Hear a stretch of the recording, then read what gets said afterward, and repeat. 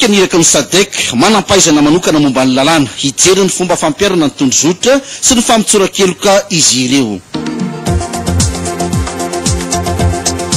Nanao ny fianianany tetsy amin'ny fitsarana ny tampony Anosy ireo mpikambana vaovao ao amin'ny Senita.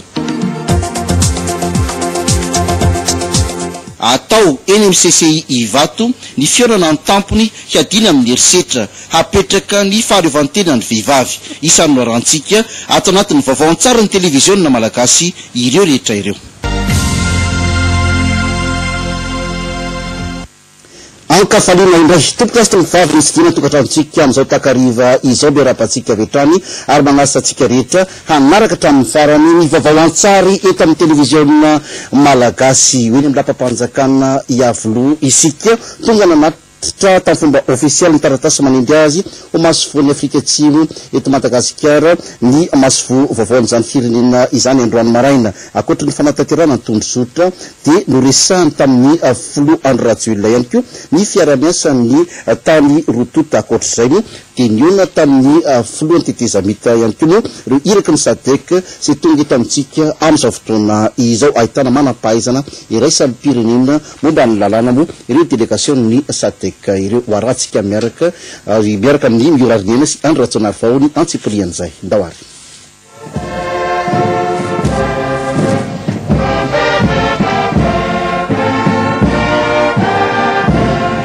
Taorinina andefasan'ny filohan'ny tetezamita Andry Nirina Rajoelina taratasy ho an'ny filohan'ny SADC Andriamato dos Santos mikasika ny fangatahana manampahaizana iraisam-pirenena momba ny fampitsorakeloka dia izy afaka 2 andro ny dinika lehibe mikasika io fampitsorakeloka io. Izany no atao dia mba hitoviny fototra iangana mialohan'ny voan'ny lalàna momba ny fampitsorakeloka.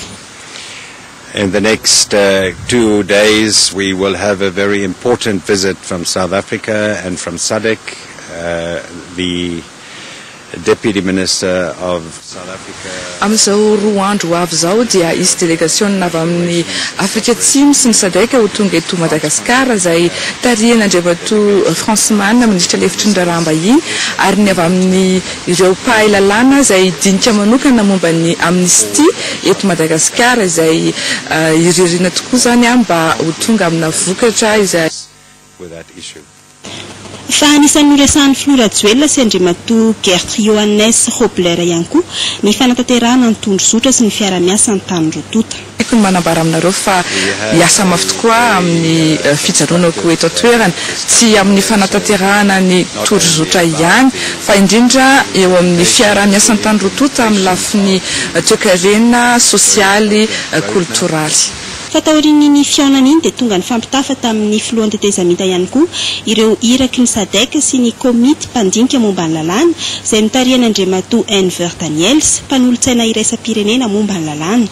Andinika mikasika ny fampitsorakeloka no antony ahatongavan'ireto mpahay lalàna ireto. Mbola iaona amin'ireo vondrona politika samihafa moa ireto manampahaizana ireto. Fa omalo tonga teto amintsika izany délégation avy amin'ny SADC izany izay manampahaizana manokana momba ny lalàna araka ny nambarany miora ary ny aina teo noraisy ny ministra ny raharaham-bahiny malagasy Pierrot Rajonavelo izy ireo androany maraina. Waratsika vetrany miaraka amin'ny Riva Ravonarivo sy Tsital Jean Paul. Andinika ny fomba mpiarana ireo andininy rehetra amin'ny tondrozotra ka taviditra amin'izany ny momba ny fampitsorakeloka no antony ahatongavan'ireo teknisian'ny SADC ireto. Mpikambana 440 ao anatin'ny komity mpandinika ny lalàna eo anivon'io vondrona io no mandrafitra ny délégation. Iaona amin'ireo teknisiana malagasy izy ireo mandritra ny 3 andro ijanonana eto amintsika. Aorian'izay dia isy ny tolo-kevitra izay arosony. Nisy ministra ny raharaham-bahiny anefa fa tolo-kevitra ihany no ataon'izy ireo fa raha ny momba ny fampitsorakeloka dia ny malagasy ihany no mamoaka ny lalàna manodidina izany. Anao fotsiny izy ny analyse amin'ny expert andrareo no hoe ahoana ny fahitany azy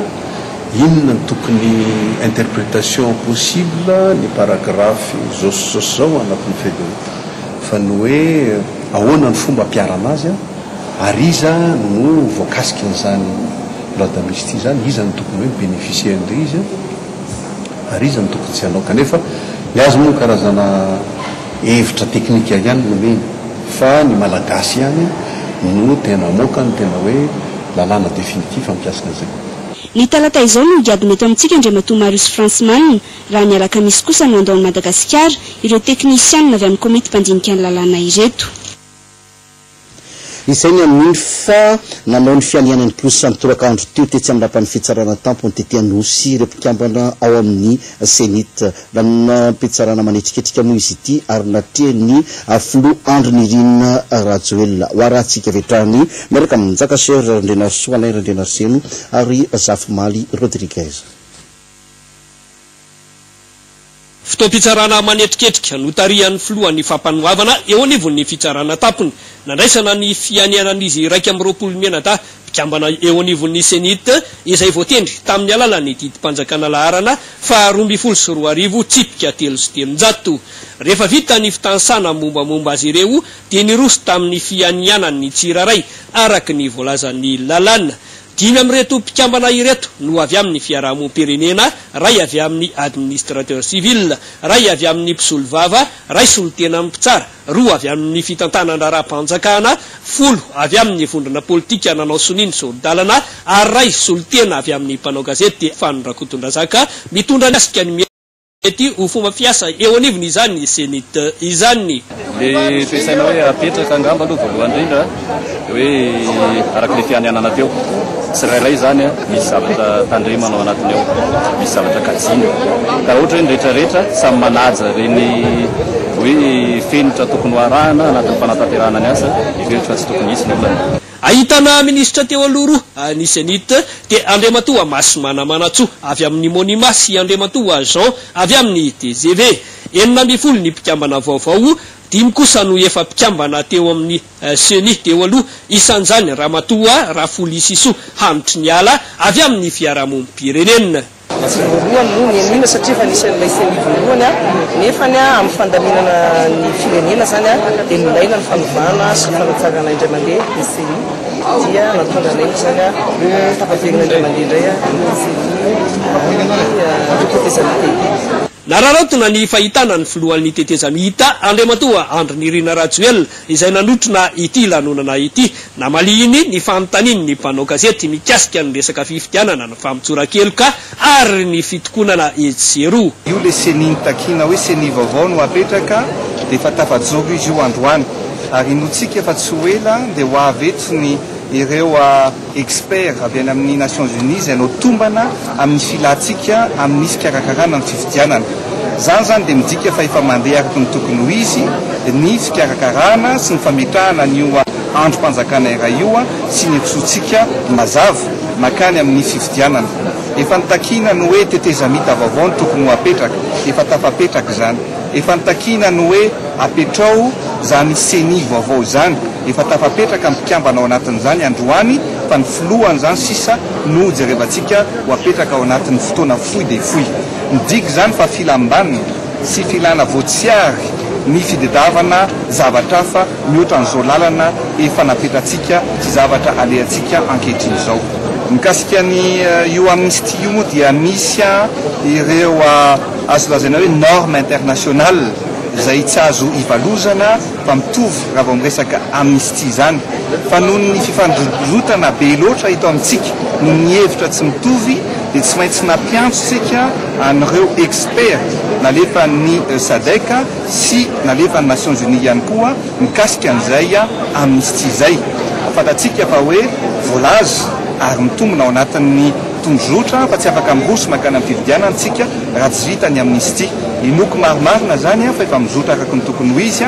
hitondra ny sosikevina izy ireo hoe inona marina ny interprétation an'ity amnistie ity izay tokony ho tanterahana eto amin'ny firenena malagasy. Ka mino vao naray an zareo tamin'ny maraina fa amin'ny lakamisy zao dia ameny sosikevina izy ireo tsy mitsabatsabaka zany akory amin'ny fiandrianam-pirenena na ny fahaleovan-tena ny firenena malagasy fa sosikevitra ny angatahana any amin'izy ireo fa dia ny parlement tarotota no manapaka sy no mifidy an'izay lalàna volalavolan-dalàna mikasika ny fampitsorakeloka izay ampiakina eto amintsika izay. Izy moa no manana tombontsoa amin'ny fitakiana sy ny grevy izay misy eto amin'ny firenena.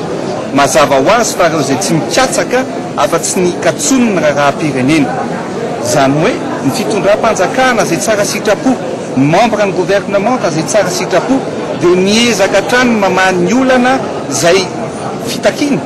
zay tiako ny manamarika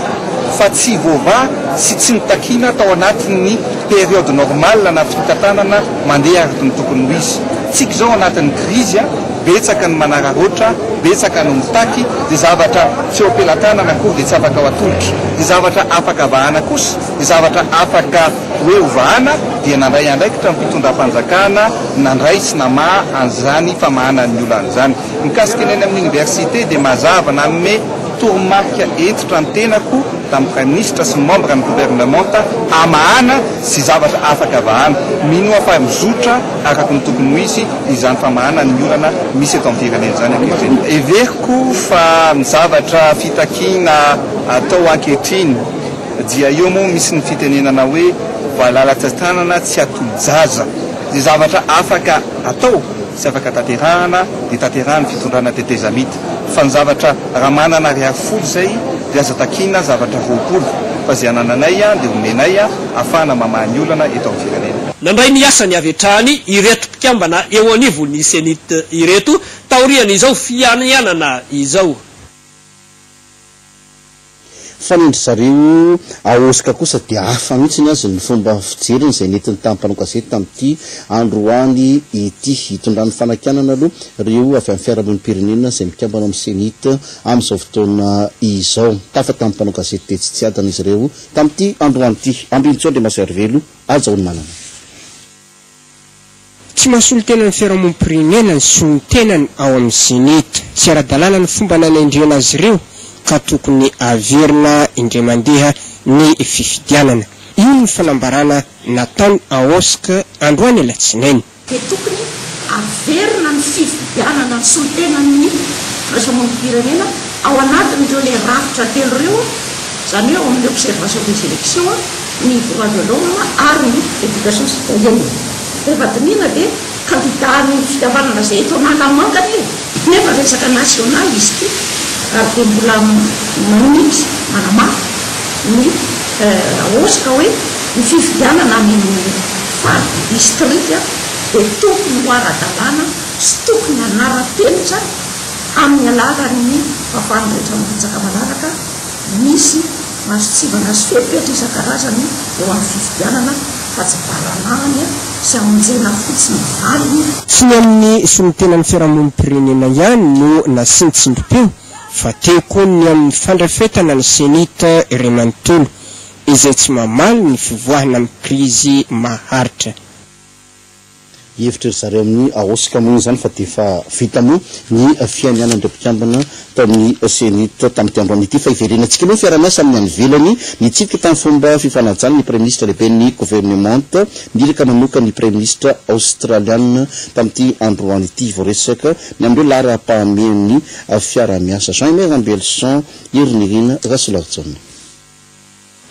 ingahy William Fisher iraka manoka ny premier ministre australiana andaniny ramatoa Sandra Victim ambassadeur voatendry asa eto amintsika ankilany indray miraisy ny premier ministre Belgique izy ireo miloha ny fiverenany reto mpiasa-mpanjakana ambony australiana reto any aminy voaresaka teto ny hivelara ny fifandraisana eo amin'ny tany rotota hanomboka amin'ny fanolorany ambassadeur vaovao ny taratasy manendry azy asa eto amintsika izany atoato hitovy amin'ny fanampian'ny Australia ny tontolo ny fikaroana akibony tany amin'ny alalany fanomezana vatsy-pianarana sy fifanana farany dia nomariny prime ministre Omer Belgique ny fisiany fitovotoviana eo amin'ny tany rotota pirofo maneho sahady fa ho tsara tokoa ny fifandraisana eo amin'ny Australie sy Madagasikara voanarahantsika teto tamin'ny farany herinandro teo tamin'ny asabotsy ny famahana olana ny RNM sy ny TVM any amin'iny faritra atsimo andrefana sy atsimo atsinana ny nosy ny tenany ministre Laurent Kajasson mihitsy moa no tonga tany toerana nitondra ny émetteur andefasana amin'lony ny RNM sy ny TVM miaraka amin'ny technicien ny DT tao ambalavondray izy ao anatin'ny ndray volana io no hamahana ny olany vahoaka ao andriny votra ny distrika na ambalavao ao amin'ny fahazahoana sy fandrenesana ny radio ampirenena amin'ny alany émetteur radio FM zany ambalavao zay vao nahazo ny bureau partre ny serasera vaovao fantatra ireo nandritra ny fantalovan'ny ministre Kajasson Laurent mijery ny zava-misy tao ambalavao tao warahantsika miaraka amin'ny solotenanay any amtoerana ny antsiprian'izay 10 taona zay nazahoan'ny Madagasikara ny fahaleovantenany tsy mbola nahary tamin'ny fomba ara-dalàna ny onjam-peon'ny radio Madagasikara ny vahoaka Ambalavao satria tsy mbola misy émetteur radio FM eto an-toerana ary tato ato ihany koa dia somary narisarisa ny ara-teknika ny televiziona malagasy ka misy ny tsy fahatomombana ny fandraisan'ny olona ny fandaharana avy any amin'ny foibe ankehitriny nefa dia nahazo birao vaovao ny eto amin'ny renivohitr'ny distrikt Ambalavao ka omena fitaovana io birao io ato anatin'ny fotoana foy efa misy birao vaovao zany dia ato anatin'ny fotoana foy atao zay mahatsara an'io TVM io mpitena ty ny technicien dia jerevana koa zay ahitana émetteur radio FM andefasana ny RNM FM ao anatin'ilay birao vaovao daholo anatin'ny ray volana mahery any esa hitananao anazy tamin'ny fandalovana Andriamatoa minisitra teto Ambalavao raha iny andeha hiazo ny toliara ny zoma maraina teo no nanambarany izany rehetra izany fandalovana monsieur le ministre zao ny misaotra azy voalohany amin'ny fanaovana an'ilay fotodrafitrasa zay mbola lazay mitokanana moa ary ny fandalovana aty amin'ny district Ambalavao zao inoana fa tondra zafatsoa ho an'ny tanàna Ambalavao sy ny district iray manontolo dia makasitraka ny ataon'ny Andriamatoa minisitra zany hoe ny alohan'ny azon'ny toliara zany no nandalovan'ny ministra ny serasera tao Ambalavao ny jery fotony ny zava-misy eo amin'izay tontolo ny televiziona malagasy sy ny radio pirenena izay fa andehitsika ao amin'ny faritra Sofia iny avy hatrany ny votra tamin'ny fitsidihana nataon'ilay ministra telo amin'ny gouvernemanta ny firaisam-pirenena tany Antsoy ny fampahafantarana ny andraikitra iantsoroan'ny tetezamita sy ny fampiarana ny tondrozotra nisokatra tamin'ny rehetra moa ny fifanankalozan-kevitra malalaka na raha nadinidinika na raha na tamin'ireo tompona ndraiky mpanjakana tany antoerana isan'ny tany Antsoy ihany koa iraina Ravoloaromanga sy Lucien Andiantso novelabelarina sy noazavaina teto ny fipetraky ny tetezamita ny anjara toerany gouvernement amin'ny fanatanterahana ny tondrozotra ny andraikitry ny fianakaviam-be iraisam-pirenena ao anatin'izany anampiana antsika amin'ny fanatanterahana ny fifidianana izay everiny maro fa any lalana ivoahana amin'ny krizy notsindrina tamin'ireo tompona andraiky mpanjakana teto Sofia ny amin'ny fanapahan-kevitra ao amin'ny gouvernement ny firaisam-pirenena zavatra tena nasongadina angamba dia hoe ny fanapahan-kevitra rehetra avy eo amin'ny gouvernement d'union nationale dia tsy misy tsony le fanavakavahana hoe itya mouvance zao na ty partie prenante zao fa rehefa mivoaka avy amin'ny gouvernement d'union nationale io na ny fanapahan-kevitra zany na ny instruction isan-karazany dia tsy maintsy tanterahany rantsamangaiky ny fitondram-panjakana aty amin'ny faritra tsy nisalasala ireo tompona andraiky mpanjakana teto Antsoy nametra-panontaniana tamin'ireto mpikambana ao amin'ny gouvernement ny firaisam-pirenena ireto nalalaka raha teo ny ady hevitra ary ny aino sy nanome vahaolana trany ireto minisitra ireto any amin'iny faritra Sofia iny ihany mahatsapa ireo mpiofana tonga nandray anjara tamin'ny fiofanana izay nomany ministeran'ny fitsinjaram-pahefana fa tena mitondra fahalalana vaovao sy fomba fiasa vaovao ny fiofanana natrehan'izy ireo tao Antsoy tao ary ankina ny fampandrosoana any anivon'ny faritra hoaratsika vetrany Fiofana misy ato amin'ny faritra Sofia no navita fiofana herinandro fiofanana tanana ny fomba fiasan'ny mpitambola ny filan-kevitra ary ny ben'ny tanàna sy misy formation takantony teto Madagasikara satria raha fitantana commune zany baziny zany izy telo raiky ny tantam-bola araiky magnano délibération araiky mpanatanteraka ologno telo reo raha nazo formation heverinefa maro zavatra miova amin'ny fitantanana ny commune araka ny lalam-pandronana dia efa à 3 niveaux ny décentralisation eto Madagasikara dia ny commune ny région ary ny faritany ny tanjona dia amariny toerana ny fitsinjarana andraikitra ametraka ho ara-dalàna izay fitsinjarana andraikitra zay isaky ny sehatra telo voalaza teo tokony atao mbola asina formation bebe koa satria karazan'osan'ny processus le izy tsy ho fantatra ndray ala daholo rehetrarehetra ary mahatsapa zay fa ohatrany mbola tsy ampy zany le izy fa dia raha mbola azo atao koa dia hoe mbola tokony isy ihany ny formation.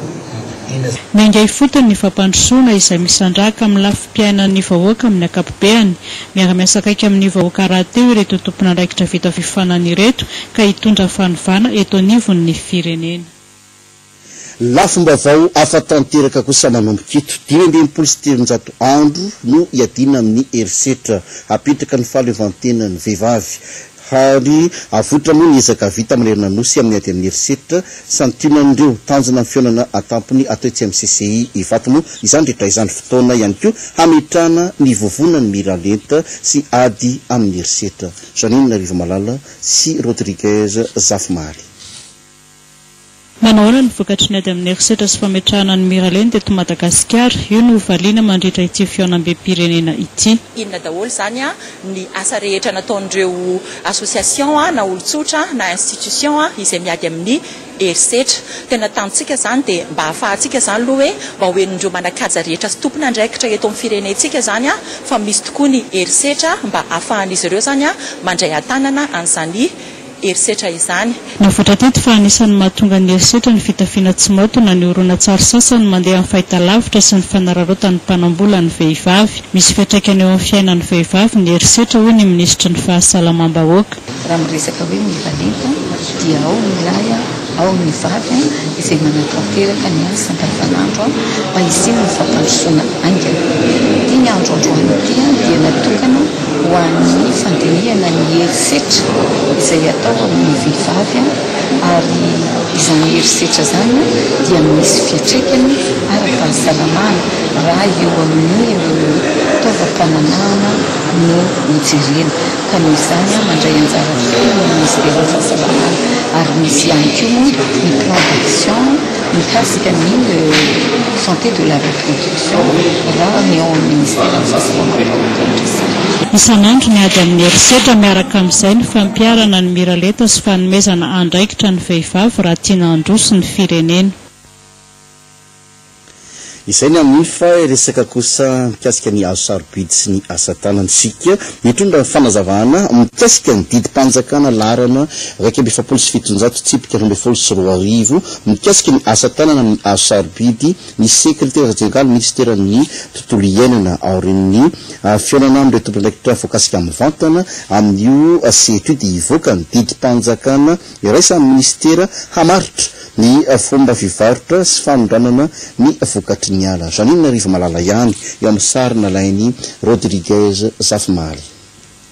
Mifanitsy amin'ny andraikitra ministeran'ny tontolo iainana ny didim-panjakana larana 270 tsipika 24 mikasika ny mpanao asa tanana sy ny azo sarobidy ny sekretera jeneraly ministeran'ny tontolo iainana sy ny ala. Raha antsika nare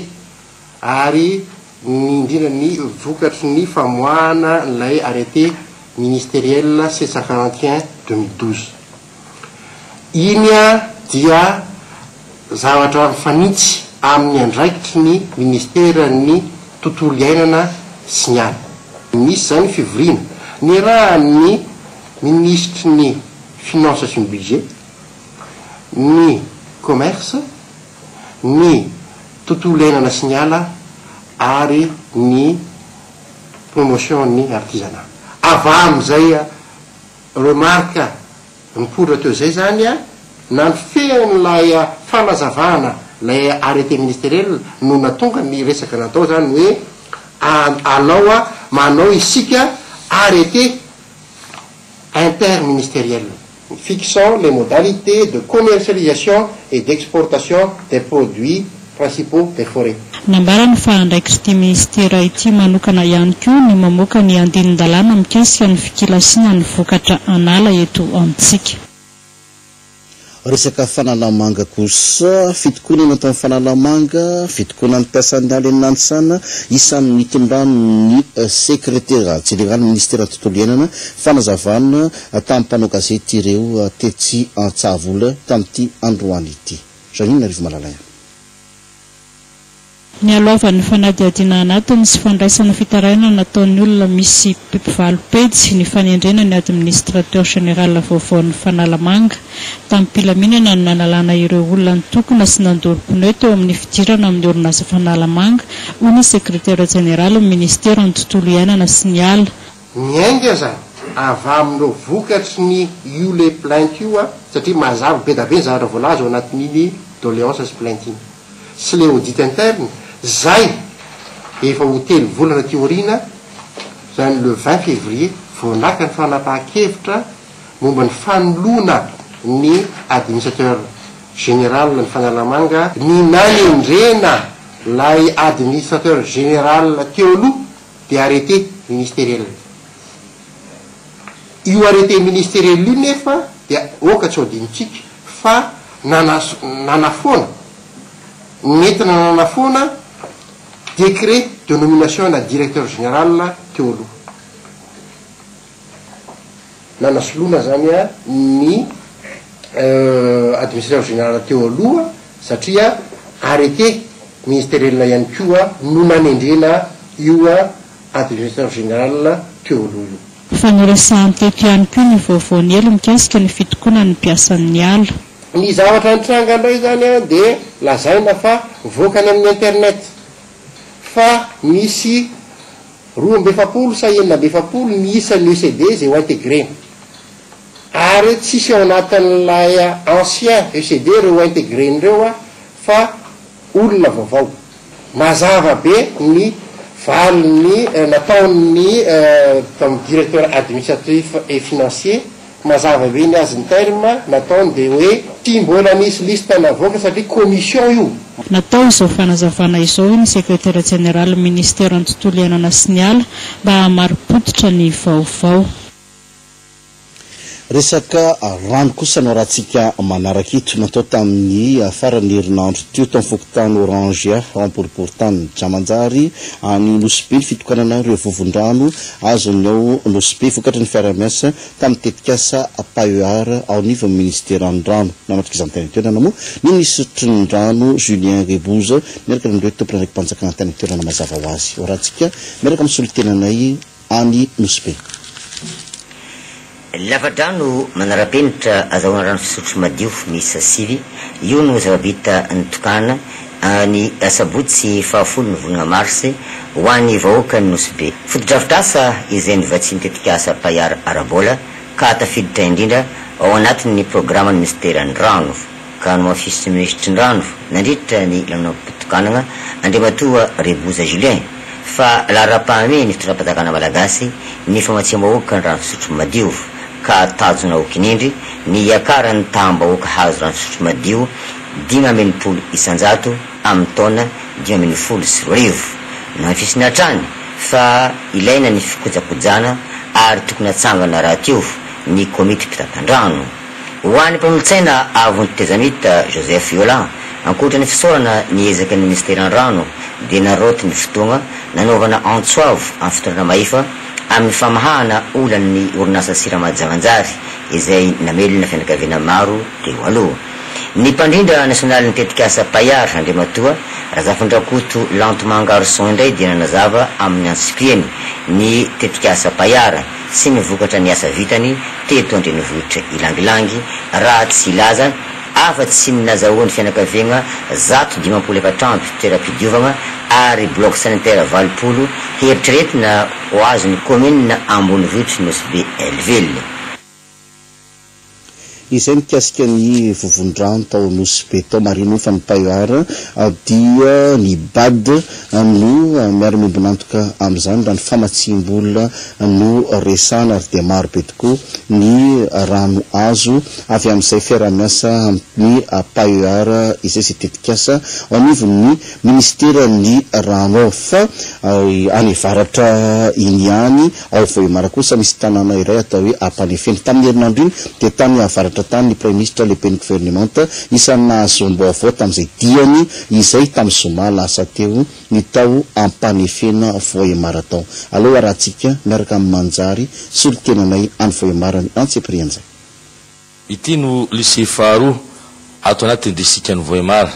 izao no natao mba analana fahasahiranana misy ho an'ireo mandreny mpianatra sy ny mpianatra satria tsy maintsy ativemar no manao fianarana raha vo afaka BBC teo aloha. Ny premier ministre ny firaisam-pirenena andrezany izay nitondro membre ny gouvernementa inona amin'ny rahalahy. Mianarama mifegna mianatra izy ka mifegna aminazy io misy valy lehibe izy aveo fizy ka mitavozavoza manjary lany le vatsy le herim-po le vola ny ray aman-dreny zay ndesinareo mianatra mpanifeny eto satria le avy agny tsitsitsaha agny lavidavitra agny le nandeha mianatra ty manjary tsy mety inona farany manigny ary nigny mihitsy aby anao maniry ny anaovana ho district ao ampanefena ka fotoana tetezamita zao ny premier ministre ka ny amahana ny krizy no laharam-pahamehana tsy maintsy tadiavana fomba ho ihany izy ny anokafana école normale mba hisiany fifoanana tsara ho an'ireo mpampianatra. Iza zay fomba rehetrarehetra ameregnana ny formation ny mpampianatra mba hisiany école normale ary mpampianatra vaofina tsara be marigny no ampianatra ny zanakatsika.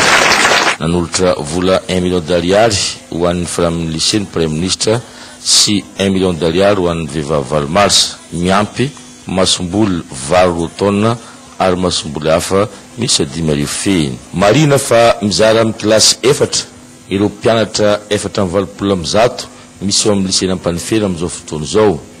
7 nisan'ny mpampianatra ray amin'ireo ihany ny mpiasa raikitra. Nambarany ministre ny fanabeazam-pirenena Andriamatoa Manoro izy fa ampiana roa ny salle de classe efa misy amin'izao fotoana izao. Izy mpampianatra 700 ho raisy ny ministera izay mivoaka amin'ny INFP ary azo amin'izany Ampanefena ampiakarina 900 ny subvention ireo mpampianatra frame. Ireo rehetra nifandimby ny teny teto moa samy nanamafy hatrany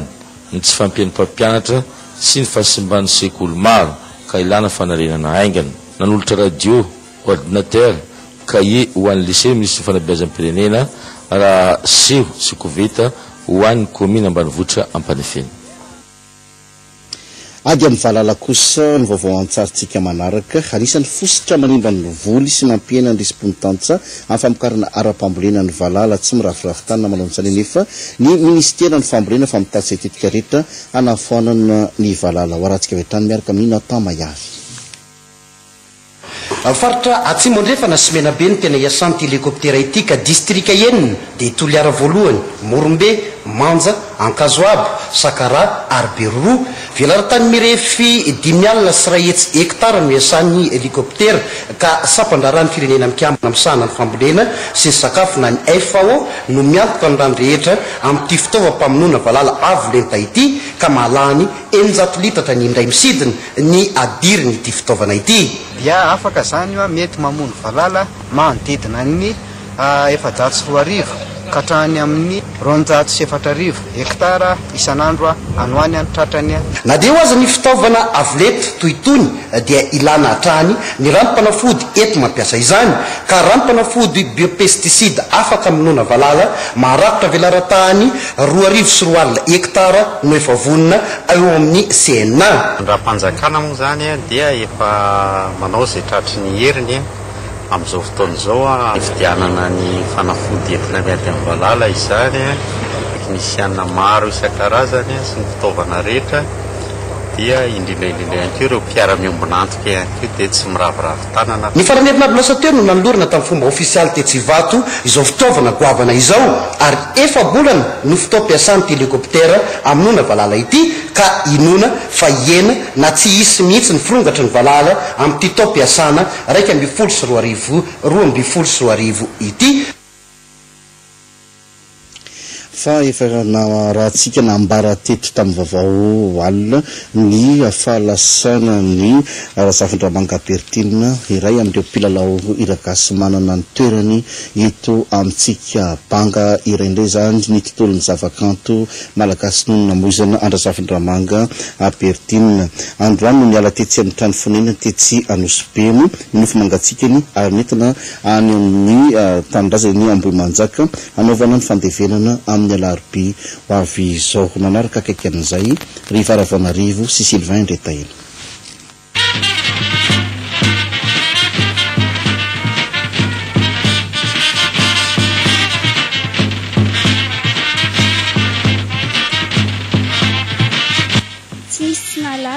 Sofera sy mpasatany io ny kitigadona hira gasy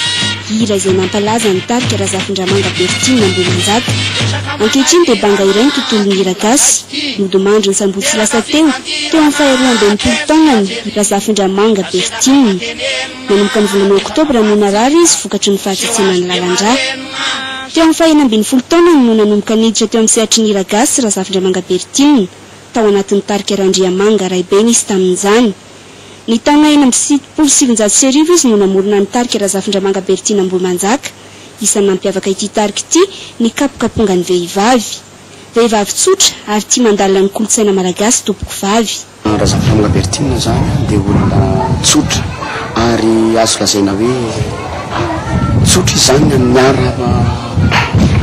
tena ray manontolo sy masarotina amin'indra efa amin'ny tenteravina hira gasy ity dia anisany olona nandalina izy ary nandalina mihitsy tamin'ny resaka hira gasy. Tena alovanay avy amin'ny dadabe Razafindramanga Bertine mihitsy zany le hira gasy dia ohatrany hoe voasarika nanao an'ilay izy daholo dia tarana. Raha ny fandaharam-potoana dia hoentina hiaretatory eo Ambohimandrosikara ny nofo mangatsikany. Avy eo dia hiazana Ambohimanjaka tanindrazany ny talata ary ny alarobia no atao ny fandevenana nantoerana.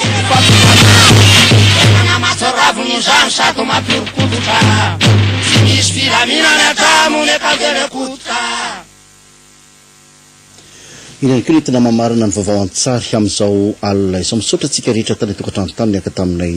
teto anolotra ny vaovao amin'ny teny frantsay rehefa avy eo Olivia Andriamampianara rampitsy maraina kosa iveriny eto ry Varavamarivo tena kosa ho amin'ny manaraka indray veloma.